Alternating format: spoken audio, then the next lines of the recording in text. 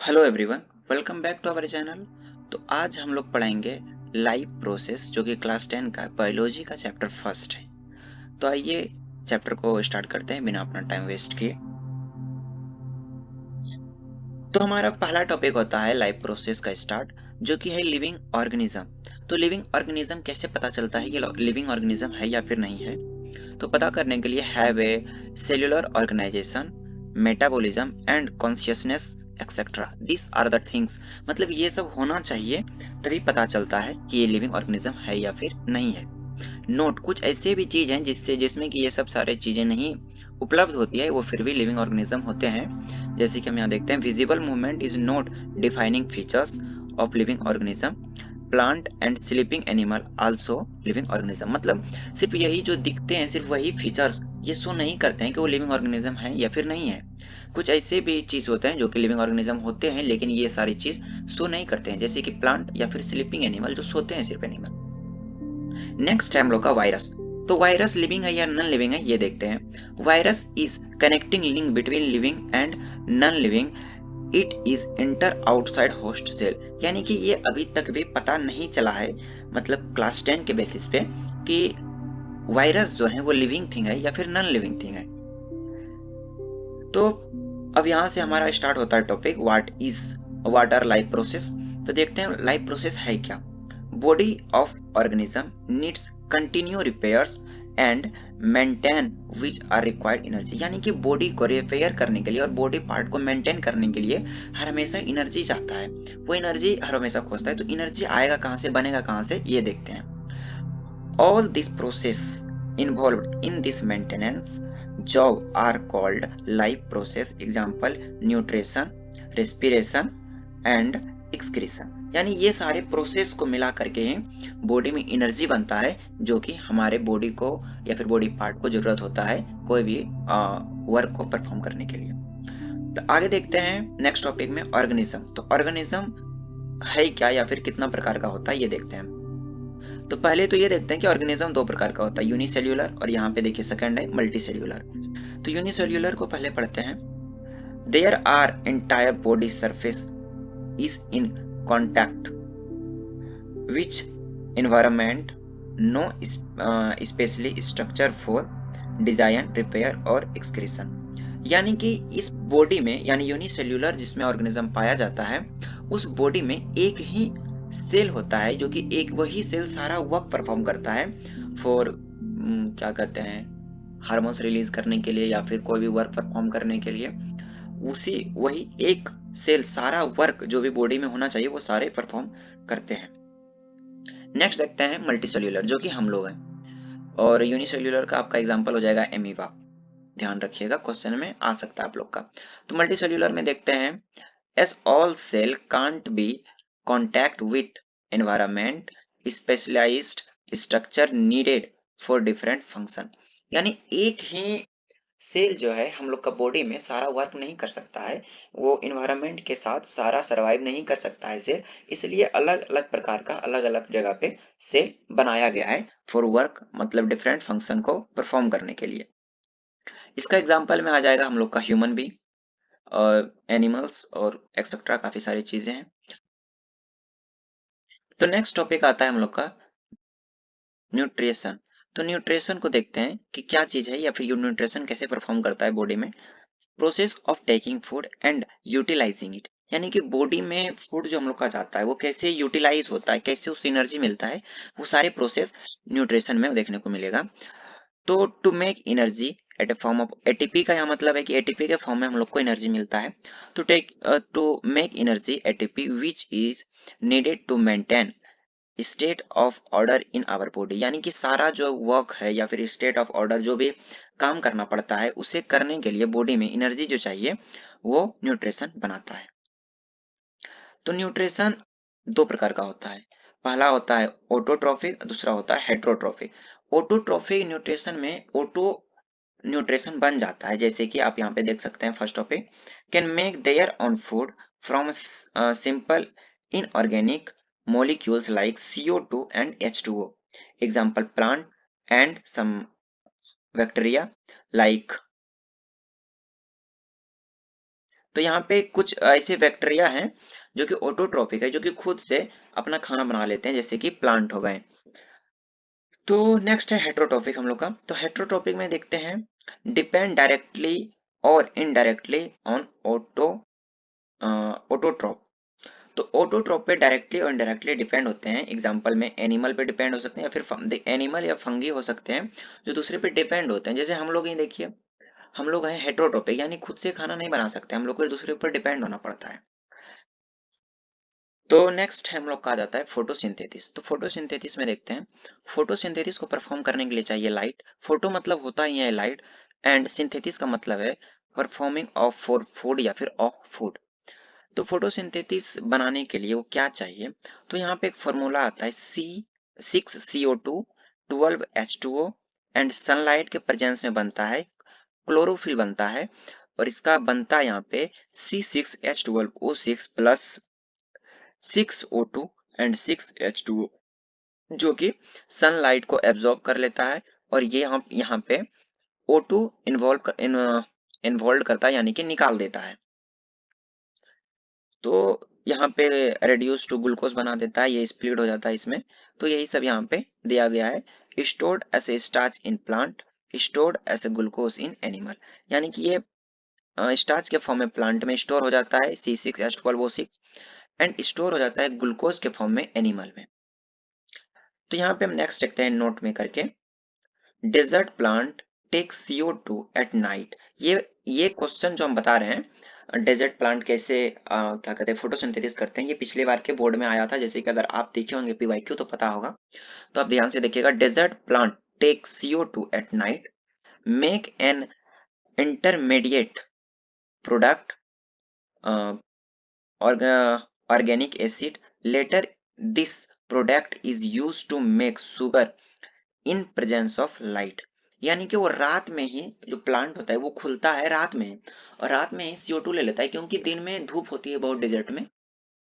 तो होता यह है कि तो प्लांट उस वक्त अपना फोटोसिंथेसिस कर नहीं पाता है, तो वो करता क्या है, वो रात में ही CO2 लेके रखता है और फिर फोटोसिंथेसिस कर लेता है। तो ये बात ध्यान में रखिएगा कि वो रात में CO2 लेता है। यहाँ पे क्वेश्चन आपको आया है पिछले बार, इस बार भी हो सकता है आ जाए। तो नेक्स्ट आ जाता है हम लोग का वेरीगेटेड लीफ एक्सपेरिमेंट, जिसमें कि ये बेसिकली दिखाया जाता है कि CO2 मतलब H2O को इसमें रखा गया था, जिसमें कि नॉर्मल प्लांट लीफ जिस तरह होता है, और यहाँ पे इस क्या कहते हैं इस लीफ में वाटर की जगह अल्कोहल डाल के देखा जाता है। तो इससे ये पता चलता है कि यहाँ से रिमूव हो जाता है ग्रीन कलर, और यहाँ पे स्टार्च खसक जाता है, no starch on non green part, यानी कि ग्रीन पार्ट पे स्टार्च नहीं पाया जाता है। स्टार्च जो है वो एक एनर्जी है जो कि स्टोर होता है प्लांट में स्टार्च के फॉर्म में। तो इस ये टॉपिक कभी आया ना है वैसे, आप ऐसे अगर आप देखना चाहते हैं तो हम एक्सप्लेन कर दिए हैं, ध्यान रखिएगा। नेक्स्ट टॉपिक आ जाता है हम लोग का मोल्स हाफ लीप एक्सपेरिमेंट। तो मोल्स हाफ लीप एक्सपेरिमेंट में ये देखा जाता है कि CO2 starch, no CO2 no starch.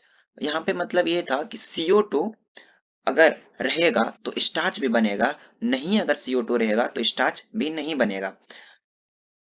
तो यहाँ पे देख सकते हैं कॉटन के लिप पे एक्सपेरिमेंट किया था, एब्जॉर्ब ऑल CO2। तो यहाँ पे कॉटन के लिप पे एक्सपेरिमेंट करके देखा था कि स्टार्च बिना CO2 को रहता है क्या नहीं रहता है, तो देखा गया ये कि उसमें नहीं रहता है।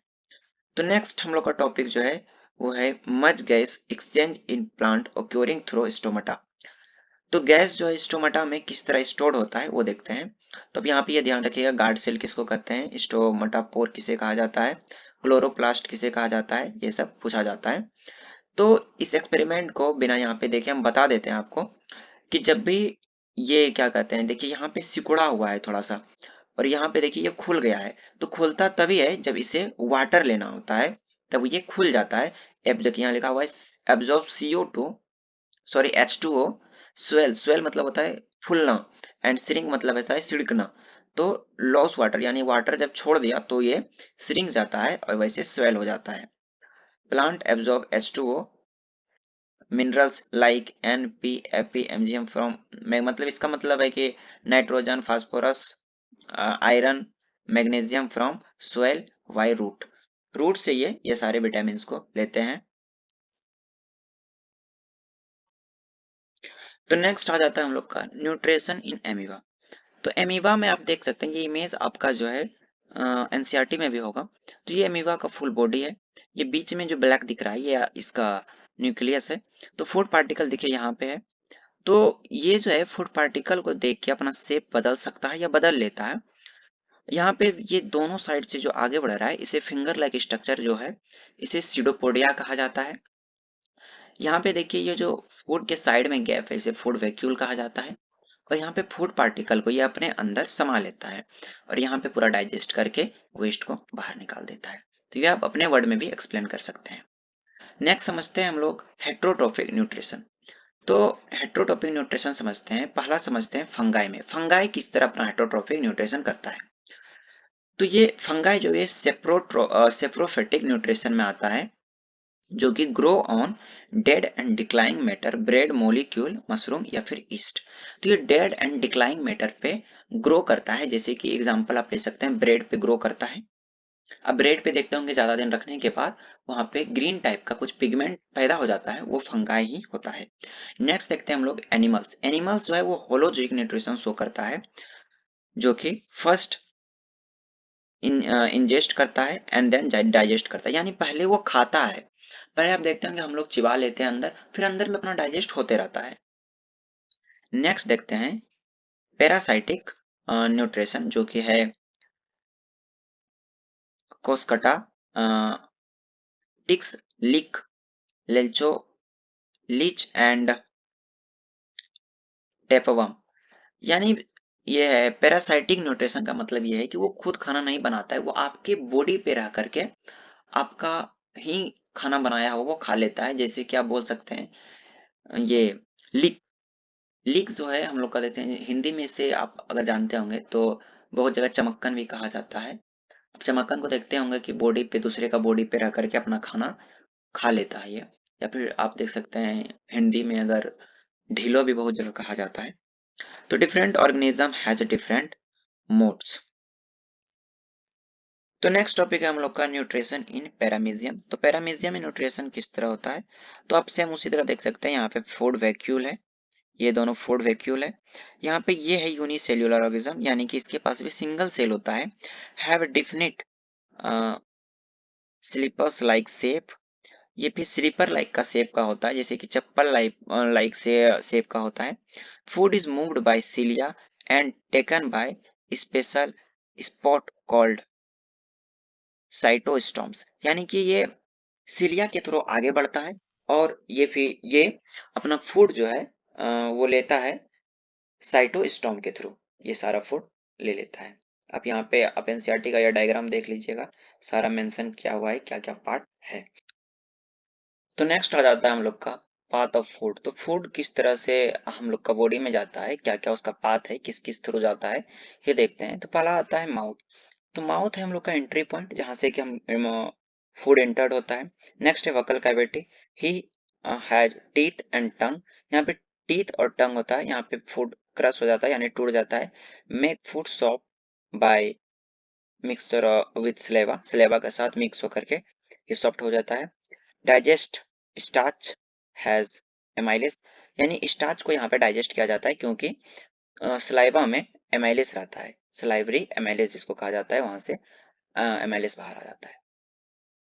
तो नेक्स्ट है हम लोग का फेरिंग्स। तो फेरिंग्स जो है common passage for food and air, यानी फेरिंग्स जो है वो कॉमन पासेज है जहां से कि फूड एंड एयर पास करता है। नेक्स्ट है इसोफेगस। तो इसोफेगस क्या है, इसोफेगस जो है वो फूड पाइप को ही इसोफेगस कहा जाता है। नेक्स्ट आ जाता है जहां से कि मेरा फूड आई थिंक स्टोर जहां पे किया जाता है वो है स्टोमच। स्टोमच जो है have A gastric gland, stomach में गैस्ट्रिक ग्लैंड होता है। मेक पेप्सिन एंड एचसीएल, यानी कि यहाँ पे पेप्सिन और एचसीएल बनाया जाता है। पेप्सिन का यूज है डाइजेस्ट प्रोटीन, प्रोटीन को डाइजेस्ट किया जाता है पेप्सिन से। एंड एचसीएल से किया जाता है प्रोवाइड एसिडिक एटमॉस्फेयर, यानी एचसीएल जो है वो एसिडिक एटमॉस्फेयर प्रोवाइड करता है।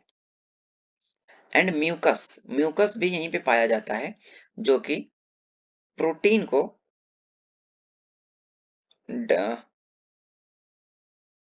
प्रोटेक्शन का काम करता है। म्यूकस जो है वो प्रोटेक्शन का काम करता है, ताकि ये जो HCl है वो HCl इस एसिड से क्या कहते हैं आगे कोई चीज को हार्म ना कर दे, क्योंकि HCl तो एक एसिड है।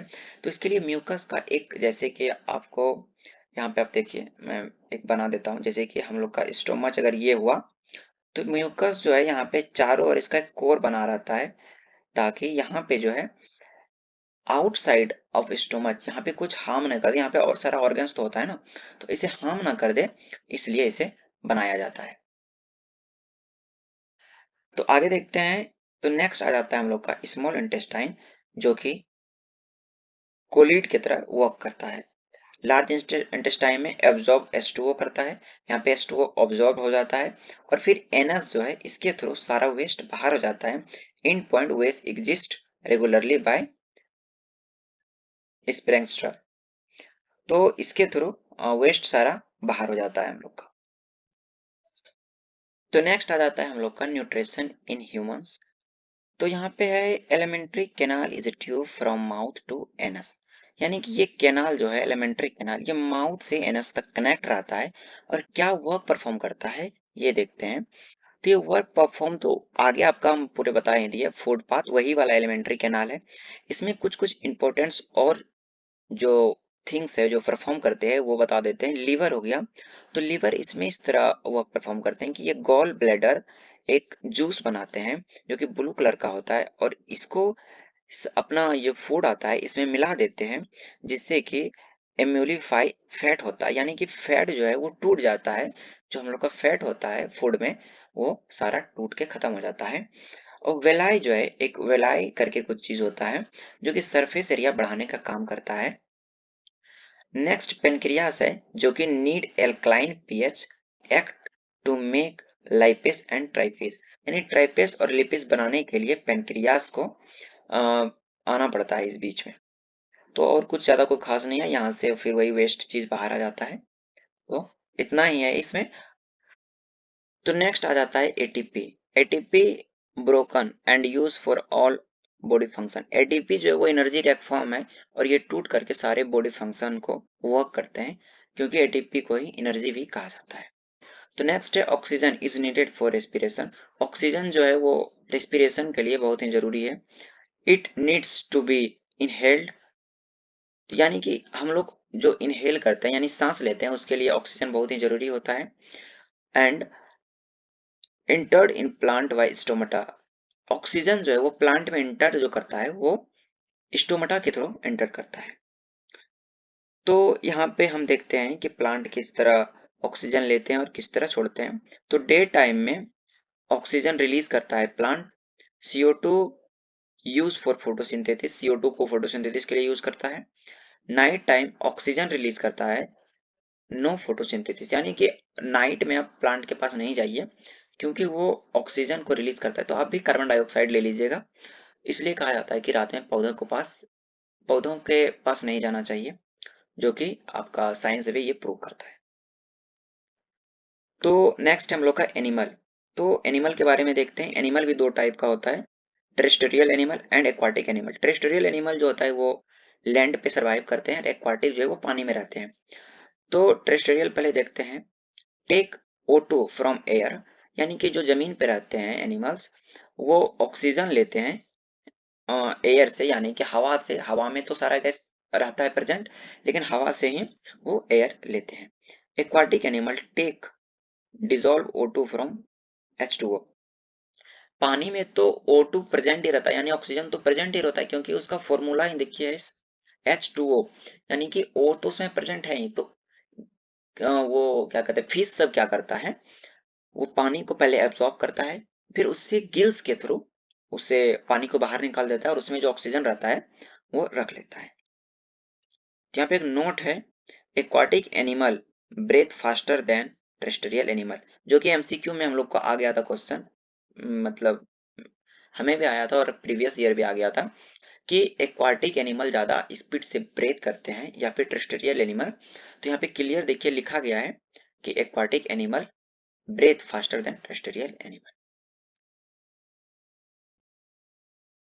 तो नेक्स्ट है हम लोग का रेस्पिरेशन इन टेरेस्ट्रियल एनिमल। तो यहाँ पे बेसिकली ये दिखाया जाता है कि सांस जब हम लोग लेते हैं तो कैसे वो परफॉर्म करता है। तो नॉस्ट्रिल यानी नाक से सांस लेते हैं, वो आगे पास किया जाता है, पासेज ट्रैक्ट। तो यहाँ पे है have a mucus and hair, throat has cartilage rings. हम आपको सबको मतलब बता रहे हैं, एक मिनट आप वेट कीजिए, सिर्फ हमको कवर करने दीजिए पहले। लंग्स, लंग्स में होता है एल्वोलाई।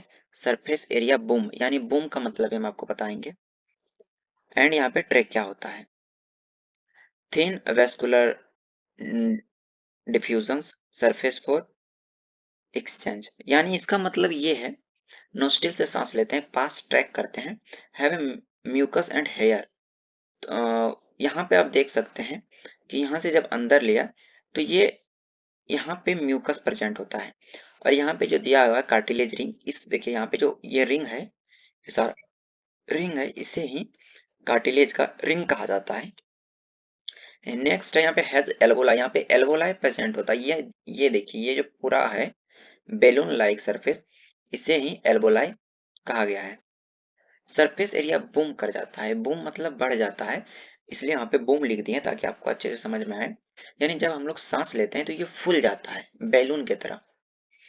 उसके बाद यहाँ पे जब फूल जाता है तो आप उस वक्त इनहेल करते हैं, और जब छोड़ देते हैं तो फिर से सिकुड़ जाता है, इसलिए यहाँ थिन लिखा गया है।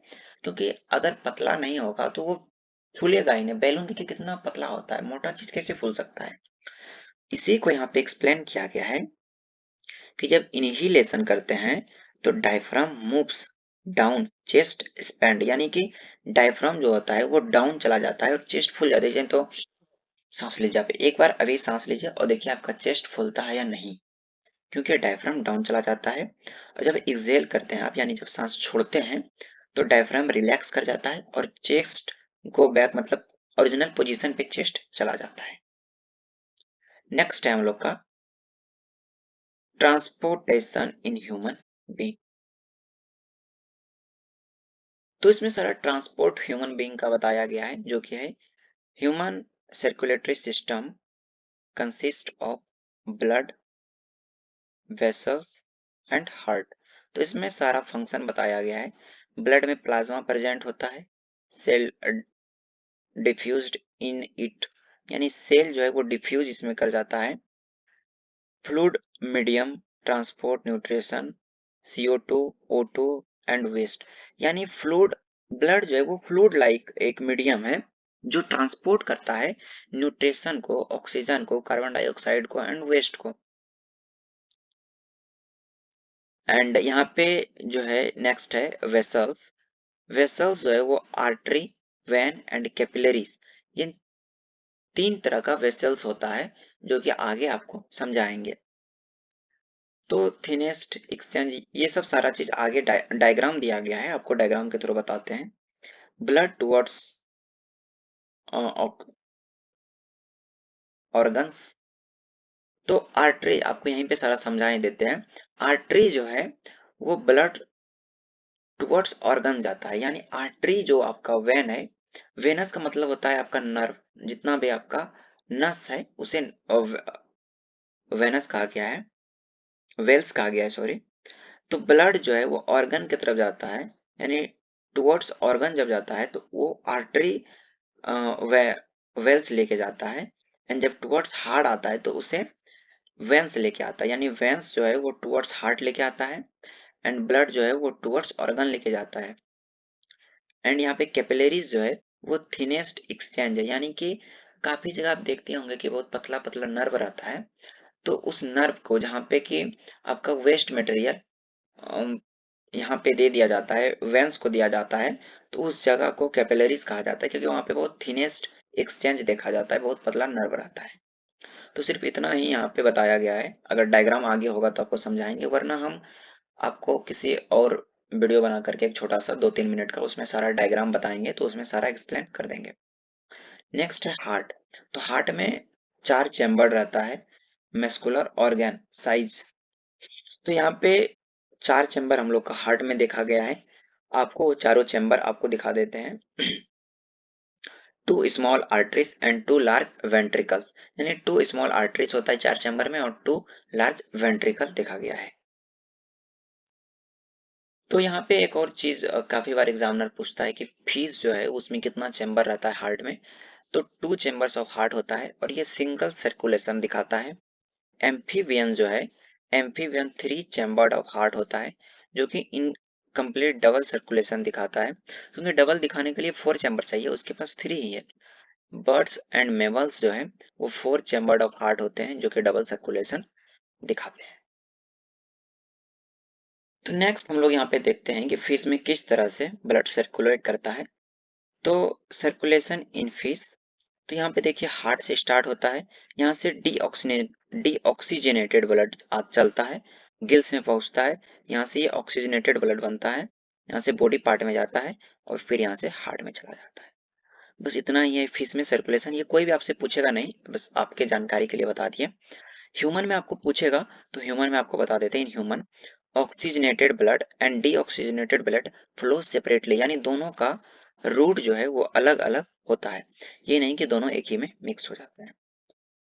नेक्स्ट है प्लेटलेट्स। प्लेटलेट्स जो है make coat over injuries and stop bleeding, यानी आप देखते होंगे कि जब आपको चोट लग गया, कहीं कट गया, तो थोड़ा देर बाद वहां पे देखिएगा जम जाता है, वहां पे थक्का सा हो जाता है ब्लड, तो वो जो है प्लेटलेट्स करता है, जो कि क्लॉट बना देता है, जो कि इंजरी से आपको ज्यादा ब्लीडिंग नहीं हो सके, स्टॉप ब्लीडिंग काम करता है। नेक्स्ट है आपका lymph, also called tissue fluid containing plasma and some cells flow proteins small, यानी कि लिम्फ जो है वो आल्सो टिश्यू फ्लूइड कहा जाता है, कंटेन करता है plasma and some cells flow protein small, यानी कि वो लिम्फ भी ब्लड में ही पाया जाता है, वो भी प्रोटीन कुछ लेके चलते हैं और स्मॉल स्मॉल जगह पे प्रोटीन को पहुंचाने का काम करते हैं। तो आप यहाँ पे डायग्राम देख सकते हैं, ये हम लोग का ब्लड का फुल डायग्राम है। मैं यहाँ पे अंडरलाइन नहीं करूंगा वरना आपको पढ़ने में नहीं आएगा नोट्स में। वैसे आपको जो नोट्स हम दे देंगे वो आप जूम करके कितना भी देखिएगा, फोटो फटेगा नहीं, क्योंकि पीडीएफ बना के देंगे। तो ये सारा वेंस है, ये रेड कलर से जो है, रेड कलर से आपका इसमें डीऑक्सीजनेटेड ब्लड फ्लो करता है और ब्लू वाला में ऑक्सीजनेटेड ब्लड फ्लो करता है। अब देखिए यहाँ पे बहुत पतला पतला सा है, तो ये पतला पतला सा जो है, यहीं पे इसी को कार्टिलेज कहा जाता है, जो कि देखिए बहुत पतला है। यहाँ पे ही एक्सचेंज होता है ऑक्सीजन का, चाहे वो डीऑक्सीजनेटेड ब्लड जब बन जाता है ऑक्सीजनेटेड ब्लड से, तो यहाँ पे उसे दे देता है ब्लू वाला और नव रेड वाले को, और ये यहाँ से बाहर कर देता है, जो कि हम एक्सेल करते हैं। नोट में आप देख लेते हैं, it also carries digested and absorb fat for intestine, ये इंटेस्टाइन फ्रॉम इंटेस्टाइन या इंटेस्टाइन से भी यहाँ से क्या कहते हैं, ब्लड जो है वो डाइजेस्टेड एंड अब्जॉर्ब फूड लेके चलते हैं। तो नेक्स्ट आ जाता है हम लोग का ट्रांसपोर्ट इन प्लांट्स। तो प्लांट में ट्रांसपोर्ट देखते हैं। Soil is the nearest and richest source of raw material, तो सोयल जो है वो nearest and richest raw material के लिए बना होता है। ये आपको मैं एक्सप्लेन कर देता हूँ बहुत शॉर्ट में, ये सब आप नोट्स में पढ़ लीजिएगा। तो जाइलम जो होता है वो मोस्टली ट्रांसपोर्ट करता है O2 को minerals from root to stem, यानी कि लिम्फ जो है वो काम करता है अपवर्ड डायरेक्शन में, यानी इधर से वो इधर सारा मिनरल्स फूड जो भी होता है वो लेके जाता है। एंड फ्लोएम जो है वो यहाँ पे पाया जाता है बेसिकली, जो कि सनलाइट को लेकर के इधर सारे डायरेक्शन में देता है। Transport food amylase acid from lymph to root, बोले ना यहाँ से लेकर के पूरा इधर लेके जाता है। स्टेम, फ्रूट, सीड्स एक्सेट्रा, ये सारे जगह पे ट्रेवल करता है फ्लोएम, लेकिन जाइलम जो है वो सिर्फ अपवर्ड डायरेक्शन में ही फ्लो करता है। आप इस चीज का ध्यान रखिएगा, और इसमें ट्रांसपोर्ट में कुछ भी नहीं है, रहता तो मैं जरूर बताता। क्रिएट ट्रांसपोर्टेटिंग, देखिए सेम चीज वही पे है, यहाँ से सनलाइट लेता है और यहाँ से सारी जगह पे पहुंचाता है। कौन? फ्लोएम। एंड जाइलम जो है वो नीचे से मिनरल्स एंड वाटर लेकर के सारी जगह पे पहुंचाता है, और इसमें कुछ भी नहीं किया गया है। यहाँ पे creating root pressure, creating root pressure important in, मतलब ये नाइट में रूट प्रेशर बनाया जाता है, ये सब ऐसे ही है, कभी पूछा नहीं गया है, वरना हम आपको एक्सप्लेन जरूर करते हैं। और वैसे भी हम लोग के पास ज्यादा टाइम नहीं है, तो ज्यादा फालतू चीज पे हम लोग देखते नहीं है, सिर्फ इम्पोर्टेंट इंपॉर्टेंट चीज ही देखे जा रहे हैं। अब आ गया है हम लोग का एक्सक्रिएशन इन ह्यूमन, जो कि लास्ट टॉपिक है एनसीईआरटी के हिसाब से क्लास 10 पे बेसिस पे। तो इसमें आता है excretion, process of eliminating nitrogenous waste from body, यानी कि बॉडी से सारा जो भी वेस्ट बना, न्यूट्रिजेशन वेस्ट, वो सारा ये वेस्ट को बाहर करने की प्रक्रिया को एक्सक्रिएशन कहा जाता है। अब ये देख सकते हैं हम लोग का जो कि यूरिन जमा होता है, ये पूरा इसी में दिया गया है, किडनी के थ्रू किस तरह फ्रेश होता है। आप ये डायग्राम पढ़ लीजिएगा। तो आपको बता देते हैं सिर्फ ऊपर ऊपर से। तो यहाँ पे ये जो है ब्लैडर, यहाँ पे स्टोर किया जाता है यूरिन को, और यहाँ से यूरेथ्रा से इसे आउटसाइड किया जाता है। आप ये सारा डायग्राम एक बार देख लीजिएगा एनसीईआरटी से। अभी हम लोग के पास ज्यादा टाइम नहीं है तो इस पे ज्यादा फोकस नहीं करेंगे। नेफ्रॉन जो है वो structural and functional unit of kidney है। नेफ्रॉन जो है वो women's capsule plus tubular part में पाया जाएगा, जो कि कप शेप का होता है एंड ट्यूब बनाने में वर्क आता है इसका। एंड यहाँ पे आप देख सकते हैं कि ब्लड प्रेशर के बारे में बताया गया है थोड़ा सा आपका।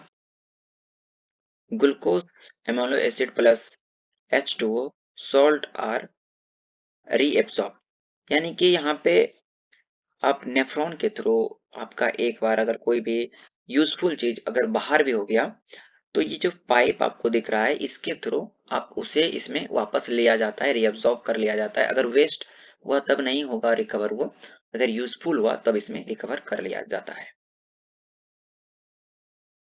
नेक्स्ट है हम लोग का एक्सक्रिएशन इन प्लांट, जो कि लास्ट है टॉपिक। तो ग्लूकोज एक्सचेंज होता है स्टोमाटा पोर से। एक्सेस वाटर जो होता है वो ट्रांसपिरेशन होता है। Many waste product even stored in vacuoles and leave that fell off. Waste may be stored in resin and gum in, यानी काफी सारा वेस्ट जो है वो गम के फॉर्म में बन जाता है। जैसे कि आप देखते होंगे बहुत सारे पेड़ में कुछ गम टाइप का चीज लटका हुआ रहता है, तो वही होता है। ओल्ड जाइलम के थ्रू मतलब वो बनता है। सम वेस्ट प्रोडक्ट आर एक्सक्रिएटेड, यानी कि डायरेक्टली इन सॉइल में चला जाता है, एक्सक्रिएटेड होके डायरेक्ट सॉइल में वो मिल जाता है। तो हम लोग का चैप्टर बस यहीं तक था। उम्मीद करते हैं आपको समझ में आया होगा। अगर आप पहले एक बार चैप्टर देखे होंगे तो काफी मदद मिलेगा, और या फिर आप एक बार इस लेक्चर को देखने के बाद नोट्स जरूर पढ़ें।